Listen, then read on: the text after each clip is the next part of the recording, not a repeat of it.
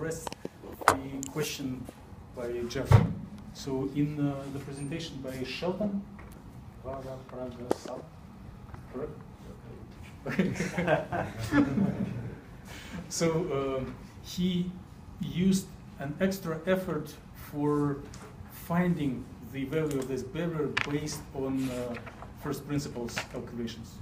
And he's again trying to explore probability of electron migrating through the interface. Children, floor is yours. Thank you, Dr. Kilin. Here, the surface modification of tier to nanocrystal via doping with the ruthenium metal ion. So here the ruthenium is deposited as a in the form of metal cluster containing of 10 ruthenium ions instead of the single ion. So in this point, I would like to thank for Dr. Kwang. He only did this. She only did this.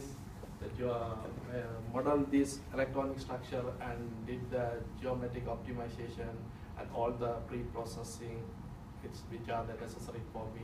So I'd like to thank for her in this point. So the nanoclustering, as we know that the titanium has the very potential application, such as it has the solar energy conversion and photocatalytic activities, etc. Why it has this kind of such potential application? Because it has the non-toxic and biocompatibility, then inexpected and etc. So it has the band cap of 3.2 normally, which is very good. So it's command that it's more usable for the water splitting. But as it has the broader band cap limits to the efficient absorption of the sunlight, so that we have to narrow down this band cap in order to make the efficient absorption of solar light. So there are, in order to make it the narrow band cap, we have to make some surface modification on the TiO2 nanorods.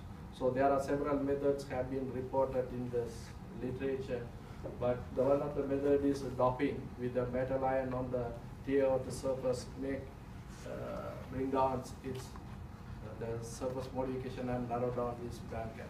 So in order to do this here in this experimental, I have used the Schroedinger equation is solved by the MATLAB. So the evaluation operator is used to solve these Schroedinger equations. Initially, we create or generate the wave packet to simulate the electron movement in a doped metal ion and TiO2 nanocrystals. So how we can create this wave packet? In order to generate a wave packet, we have created the logpart file in the WASP software platform. So if we want to create the logpart file, we have to develop this. We have to edit this command line in the one of the input file of WASP, that is in INCA file. Then we have to run this while run the WASP command, and we can create the logpart file. This logpart file contains the potential energy value in X and Y, Z directions. So then this potential value in the logpart file can be normalized to get into the desired directions. If we see this results and discussion of this, here we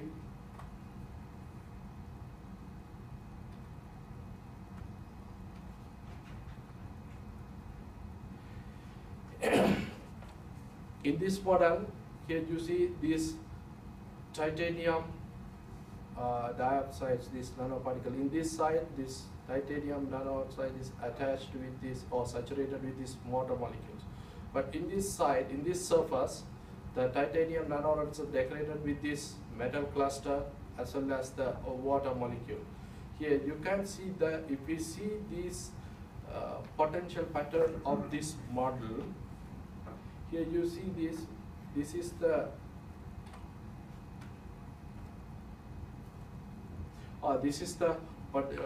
potential pattern of this titanium dioxide. If you see this here, this is the potential pattern of this the metal cluster, And here we can see this in this TiO2 nanorod parts, the potential, the depth of the potential is high, but comparing with this, so if we see this, the wave packet shown within the potential, how this wave packet is moved within this potential, here we can see that here in this we can schematically represent this, how this potential is moving. Here you see this, the electrons density, the electrons move from the water to TiO2. But here in this, we can see these electrons are moved from TiO2 towards this water molecule. Here we can see this electron move from this TiO2 surface to metal cluster. Again, it move back to this TiO2 surface. Here in this wave packet movement, we can observe that the electrons clouds move towards this metal cluster. Again, it's move back to this TiO2 surface. If you see the results and discussion, the probability of an electron transfer rate is getting higher at the when the time is increasing, as well as when the temperature is increasing more and more, the electron transfer rate is high. This is the conclusion. So at the high temperature, the rate of transfer of electron is high. But sometimes it is not possible in the real world. Therefore, we have to find, do some suitable further studies in order to develop this TiO2 nanorod surface to bring it down now appropriate the needs. Thank you. Okay, thanks, Shelton. Questions are very welcome. What was the oxidation state of Ruthenium on the surface of titania? Ruthenium plus, T plus. Was it a neutral cluster or charged cluster? This charged cluster. So you specify the charge. The positive one. Which charge did you put on Ruthenium? Can exist in various oxidation states. Sorry, I couldn't get. Did you use specific oxidation state of Ruthenium? Which one? I think the oxidation is plus one. You can guess it, or if you do not know answer, you can refer to your collaborator and say that whatever. I think I guessed it, but I'm not sure about it. Okay, so your expectation that it was positively charged. Positive. Any other questions to Shelton? Okay, if not, let's thank him once again. And the next